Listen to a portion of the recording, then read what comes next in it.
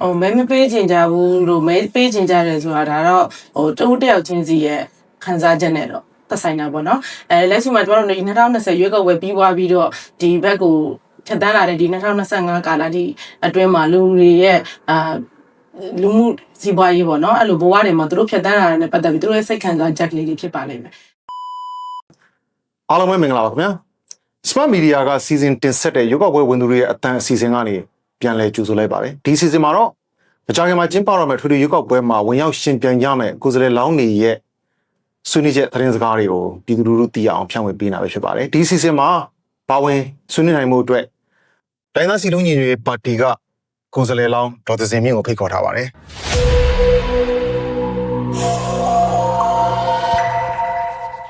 ဒေါက်တာစင်မြင့်မင်္ဂလာပါခင်ဗျမင်္ဂလာပါဟုတ်ကဲ့ကျွန်တော်တို့ဒီမှာတော့ဗာမေးချင်လဲဆိုတော့ဒေါက်တာစင်မြင့်အနေနဲ့ပေါ့လေရွေးကောက်ပွဲဝင်ပြိုင်မယ်ဆိုတော့ဘယ်မဲဆန္ဒနေရာနေဝင်ပြိုင်မလဲဘယ်လွှတ်တော်အတွက်ရည်ရွယ်ထားလဲအဲ့ဒါလေးသိပြရသေးခင်ဗျကျွန်မတိုင်းသားစီလုံးညီညွတ်ပါတီကနေပြီးတော့ရန်ကုန်တိုင်းဒေသကြီးလွှတ်တော်မဲဆန္ဒနယ်3ပြည်ရစနစ်ကနေဝင်ပြိုင်လာပါတယ်ဟုတ်ကဲ့ပါအဲ့တော့ကျွန်တော်တို့ဒီရွေးကောက်ပွဲကလည်းသိတဲ့အတိုင်း2020နောက်ပိုင်းမှာဒီရွေးကောက်ပွဲဆိုင်ရာနည်းနည်းအခက်အခဲလေးတွေဖြစ်ပြီးတော့ပါတီစုံဒီမိုကရေစီလမ်းကြောင်းကနေရွေ့သွားတယ်လို့တော်တော်များများဖြစ်ကြတယ်ဗောလေအခုတော့ဒါရွေးကောက်ပွဲပြန်ကျင်းပမယ်ဒီလမ်းကြောင်းကိုပြန်တက်တော့မယ်အဲ့တော့ရွေးကောက်ပွဲဝင်မဲ့ကိုယ်စားလှယ်လောင်းတယောက်အနေနဲ့မဲဆန္ဒရှင်ပြည်သူလူထုတွေကိုပေးခြင်းတဲ့သတင်းစကားလေးရှိရင်သိကြပါလေခင်ဗျပေးခြင်းတဲ့သတင်းစကားကတော့ကျမတို့ကနိုင်ငံတစ်ခုရဲ့အရွေ့ပေါ့နော်ဒီလိုမျိုးရှေ့ဆက်ပြီးတော့ကောင်းမွန်တဲ့လမ်းကြောင်းပေါ်ကိုသွားဖို့ဆိုရင်တော့ပါတီစုံဒီမိုကရေစီစနစ်ကအရေးကြီးပါတယ်တကယ်လဲလိုအပ်တဲ့စနစ်ဖြစ်ပါတယ်အခုဒီဆိုရနေပြီးတော့ပေါ့နော်ရွေးကောက်ပွဲကိုပြန်လည်ကျင်းပပေးတဲ့ပုံမှာကျမတို့ပါတီကနေပြီးတော့လဲဒါဝမ်းမတ်တာကြိုဆိုတယ်ကျမတို့တွေနဲ့လဲဒါဝမ်းသာတဲ့အတွက်ပြည်သူတွေအတွက်တရောင်းတနေရနေကုညီပေးဖို့ဆန္ဒရှိတဲ့ဝင်ပြန်ရခြင်းဖြစ်ပါတယ်အဲ့ဒီအတွက်မဖြစ်မနေမဲပေးစီခြင်းပါတယ်မဖြစ်မနေတုံးတယောက်ချင်းစီမဲတပြားစီပြီးတော့ကိုလိုချင်တဲ့အစိုးရအသစ်ကိုဖန်တီးပေးကြပါလို့ပြောပြတင်ပါတယ်ဟုတ်ကဲ့အဲ့တော့ဘယ်လိုပဲပြောပါလေရွေးကောက်ပွဲကတော့ကျွန်တော်တို့ကဖြတ်တန်းသွားပြီရွေးကောက်ပွဲပြီးသွားရင်လည်းလွှတ်တော်ကိုယ်စားလှယ်တွေကလွှတ်တော်တွေတဲ့သက်ဆိုင်ရာအသီးသီးလွှတ်တော်အသီးသီးမှာရောက်ကြမှာပေါ့လေရောက်ကြမယ်ဆိုရင်ထုံးစံအတိုင်းလွှတ်တော်ရဲ့တကယ်မူလတာဝန်ဖြစ်တဲ့ဥပဒေတွေတင်သွင်းတာရှိမယ်ပြုပြင်တာတွေပြင်ဆင်တာတွေဒီဥဆောင်ကော်မတီတွေကဝင်ရောက်ပြီးတော့ဒီဥပဒေဆိုင်ရာကိစ္စတွေအများကြီးလုပ်ကြမှာပါအဲ့ဒါဆိုရင်တော့ဒီတိုင်းသားစီလုံးညီညွတ်ရေးနဲ့ဖွံ့ဖြိုးရေးပါတီအနေနဲ့ဘယ်လိုမျိုးဥပဒေတွေတင်သွင်းဖို့ပြဋ္ဌာန်းဖို့ပြုပြင်ပြောင်းလဲဖို့လှုပ်ဆောင်ထားတာမျိုးတွေရှိပါလေအဲ့ဒါလေးလည်းသိချင်ပါတယ်ခင်ဗျဥပဒေတင်သွင်းဖို့ပြောင်းလဲဖို့ဆိုတော့ကျမတို့မှာလက်ရှိကျမတို့ရဲ့တိုင်းသားစီလုံးညီညွတ်ရေးပါတီမှာရေးရ၄ခုရှိပါတယ်ရေးရ၄ခုကဘာတွေလဲဆိုတော့မျိုးသမီးလယ်သမားလူငယ်အလုပ်သမားပေါ့နော်ဒီ၄ခုရှိတယ်ဒီ၄ခုကိုလည်းကျမတို့ကဒါထဲထဲဝင်ဝင်လဲဆောင်ရွက်နေတယ်လက်ရှိမှာလည်းဒီအစိုးရတရက်အနေနဲ့ရက်တည်နိုင်ခြင်းမရှိတဲ့အချိန်ကာလပေါ့နော်ဒီဂျားကာလတွေမှာလည်းပါတီနေနဲ့ရက်တည်နေတဲ့အချိန်မှာလည်းဒီက၄ခုကိုလည်းလက်ရှိတွင်ကြလှုပ်ဆောင်ရွက်နေတယ်ဖြစ်တယ်အလုပ်သမားတွေရဲ့အခွင့်အရေးမျိုးသမီးတွေရဲ့အခွင့်အရေးလူငယ်တွေရဲ့အခွင့်အရေးအလုပ်သမားတွေရဲ့အခွင့်အရေးကိုကျမတို့ကဇက်တိုက်ဆောင်ရွက်နေတာဖြစ်တဲ့အတွက်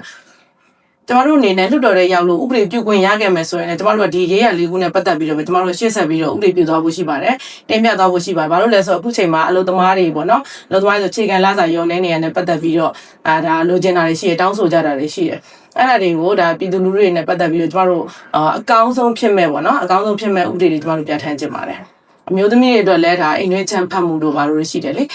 ပြီးတဲ့ခါကျကလေးတငယ်နှိမ့်ဆက်ညင်ပန်းလာတွေရှိတယ်အခုကလေးတငယ်တွေဆိုကျမတို့မြင်တွေ့ရတာဒီလမ်းဘေးတွေမှာဒီလိုမျိုးတွေမြင်တွေ့နေရရှိတယ်နောက်ပြီးတော့လူငယ်တွေကလည်းမြန်မာပြည်မှာအလောက်ကန်ခွင့်ရနေပါတယ်လို့ထင်ပြီးနိုင်ငံခြားထွက်ဖို့ပဲအဓိကဥတည်နေတာလည်းရှိတယ်အဲ့တော့လူငယ်တွေနဲ့ပတ်သက်ပြီးကျမတို့ဒါဘယ်လိုမျိုးဖြည့်ဆည်းပေးမလဲပေါ့နော်ဥပဒေတွေနဲ့ဘယ်လိုဆောင်ရွက်ပေးမလဲအဲ့လိုတမအလောက်ကန်ခွင့်ရတွေဘာတွေဘယ်လိုတွေကျမတို့ဖန်တီးပေးမလဲပြီးတဲ့ခါကျတော့ကလေးတငယ်တွေကျမတို့ဘယ်လိုဆောင်ရှောက်မှုပေးမလဲအမျိုးသမီးတွေကိုဘယ်လိုကောက်ွယ်မှုပေးမလဲအလုပ်သမားတွေနဲ့ပတ်သက်ပြီးတော့ရပိုင်ခွင့်လာစားတွေပေါ့နော်ဒီလိုမျိုးခန်းစားခွင့်တွေကိုဘယ်လိုမျိုးကျမတို့ကောက်ွယ်မှုပေးမလဲဥပဒေတွေကဘယ်နေရာတွေမှာညှော်နေနေတယ်လေအဲ့ဒါတွေကိုကျမတို့ကပြင်ဆင်ဖြည့်ဆွတ်သွားပြီးတော့ထောက်ပြသွားဖို့ရှိပါတယ်ဟုတ်ကဲ့ဖြေချပေးတဲ့ကျေးဇူးတင်ပါတယ်အဲ့တော့နောက်မေကောတစ်ခုပေါ့လေဒါကတော့ကျွန်တော်ဟိုဒေါက်တာစင်မြင့်နဲ့စပြီးတော့အင်တာဗျူးလိုက်တဲ့အချိန်မှာအရင်တော့ကတော့ဒီဒိုင်းသားစီးတွင်းညီရေးပါတီမှာဆိုတော့တကယ်ကိုနိုင်ငံရေးမှာတကယ်တစ်ကြီးရှိကြအောင်အလုပ်လုပ်ပြီးတော့အသက်ကြီးပိုင်းလူတွေများတယ်ပေါ့ဒါပေမဲ့လူငယ်လူသိမျက်နှာလေးတွေတွေ့လာတဲ့ခါကျတော့ဒီတိုင်းသားစီလုံးညီညွတ်ရေးပါတီမှာလူငယ်ခြေတက်တွေကိုနေရာပေးတဲ့ဟာမှာဘယ်လောက်% ထိများလာလဲဘယ်လိုမျိုးပေါ့လက်တွေ့ရော planning မှာလုပ်နေသလိုပေါ့ ပါတီတွင်းမှာဘယ်လောက်ထိလူငယ်တွေနဲ့မြင့်တင်ဖွဲ့စည်းထားလဲအဲ့ဒါလေးလည်းသိကြပါတယ်ခင်ဗျလူငယ်တွေရှိပါတယ်ကျမတို့အခုဒီမဲဆန္ဒနဲ့3ဆိုလို့ရှိရင်လိုင်းနာအရှိပိုင်းနောက်ပိုင်းပါတယ်ပေါ့နော်ဒါကျမတို့နေထိုင်တဲ့နေရာကျမတို့လိုင်းနာအရှိပိုင်းမြို့နယ်မှာနေပါတယ်ကျမတို့ဒီလိုင်းနာအရှိပိုင်းမြို့နယ်ရောနောက်ပိုင်းမြို့နယ်ရောဝင်ပြိုင်တဲ့ကိုယ်စားလှယ်လောင်းနေရာဆိုလူငယ်တွေပဲဖြစ်ပါတယ်ရှေ့နေတွေလည်းဖြစ်တယ်လူငယ်တွေလည်းဖြစ်တယ်ပြီးတဲ့အခါကျတော့ဒီပါတီတွင်းမှာလည်းအခုလူငယ်တွေအများစုထပ်ပြီးတော့ပါတီဝင်ရောက်လာတာလည်းတွေ့ရပါတယ်ပြီးတော့ပါတီတဲကလူကြီးတွေကလည်းဒီခုနကတော့အခုပြောရတယ်လို့ပဲပေါ့နော်ရှေ့ရခင်တွေကဒီနိုင်ငံရေးလမ်းကြောင်းပေါ်မှာဒါတက်တန်းရှိခဲ့တဲ့လူကြီးတွေဖြစ်တဲ့အတွက်ဒါလူငယ်တွေကိုလည်းအရန်ပဲဝမတတာနဲ့ထက်လိုက်လဲဖိတ်ခေါ်တယ်နေရာပေးတာတွေလည်းရှိပါတယ်ကျမဆိုရင်လက်ရှိမှာအခုဒီလိုင်းနာရှေ့ပိုင်းမြို့နယ်ရဲ့အတွင်းမှုဖြစ်ဆောင်ရွက်နေပါတယ်ဟုတ်ကဲ့ဒါကတော့ပါတီတွင်ပြည်ပြောင်းလဲမှုလည်းကောင်းလာတယ်ဆိုတော့နောက်ပိုင်းကျွန်တော်တို့ပေါ့လေဒီလွှတ်တော်တွေရောက်သွားတဲ့ခါမှာပို့ပြီးတော့ဒီထူးခြားကောင်းမွန်တဲ့အရွေးမြင်ရလိမ့်မယ်လို့လည်းကျွန်တော်တို့မျှော်လင့်ပါတယ်နောက်မေးခွန်းတစ်ခုပြောချင်တာကတော့အခုဘယ်လိုပဲပြောပေါ့ကျွန်တော်တို့ကရွေးကောက်ပွဲဒီမဖြစ်မနေဖြတ်တန်းရမယ်ဒါကိုဖြတ်ပြီးမှလည်းအစိုးရသစ်ပေါ်လာတဲ့ခါမှာကျွန်တော်တို့လှုပ်တင်လှုပ်ထိုက်တဲ့ဟာတွေပို့ပြီးတော့တရားဝင်လုပ်နိုင်မှာပေါ့လေအဲ့တော့ရွေးကောက်ပွဲနဲ့ပတ်သက်လို့တော်တော်များများအပြင်မှာပြောကြတယ်ပေါ့ဒီရွေးကောက်ပွဲကဘယ်လိုဖြစ်တယ်ရွေးကောက်ပွဲမဲမပေးခြင်းမူတရားမျှတတယ်မမျှတဘူးပေါ့လေအတန်မျိုးစုံဖြစ်နေကြတယ်တချို့လည်းမဲမပေးခြင်းညာဘူးလို့ဆိုတော့အဲ့လိုမျိုးဖြစ်နေတဲ့အနေအထားမှာကောအဲ့ဒါနဲ့ပတ်သက်လို့ဒီဒေါ်သစင်မြင့်ရဲ့အမြင်လေးရောသိကြပါတယ်ခင်ဗျမဲမပေးခြင်းကြဘူးလို့မဲပေးခြင်းကြတယ်ဆိုတာဒါတော့တဦးတယောက်ချင်းစီရဲ့ခံစားချက်နဲ့တော့သက်ဆိုင်တာပေါ့နော်လက်ရှိမှာကျွန်တော်တို့2020ရွေးကောက်ပွဲပြီးသွားပြီးတော့ဒီဘက်ကိုဖြတ်တန်းလာတဲ့ဒီ2025ကာလဒီအတွင်းမှာလူတွေရဲ့လူမှုစီးပွားရေးပေါ့နော်အဲ့လိုဘဝတွေမှာသူတို့ဖြတ်တန်းလာတဲ့ပတ်သက်ပြီးသူတို့ရဲ့စိတ်ခံစားချက်ကလေးတွေဖြစ်ပါလိမ့်မယ်အဲ့တော့တချို့ကကြတော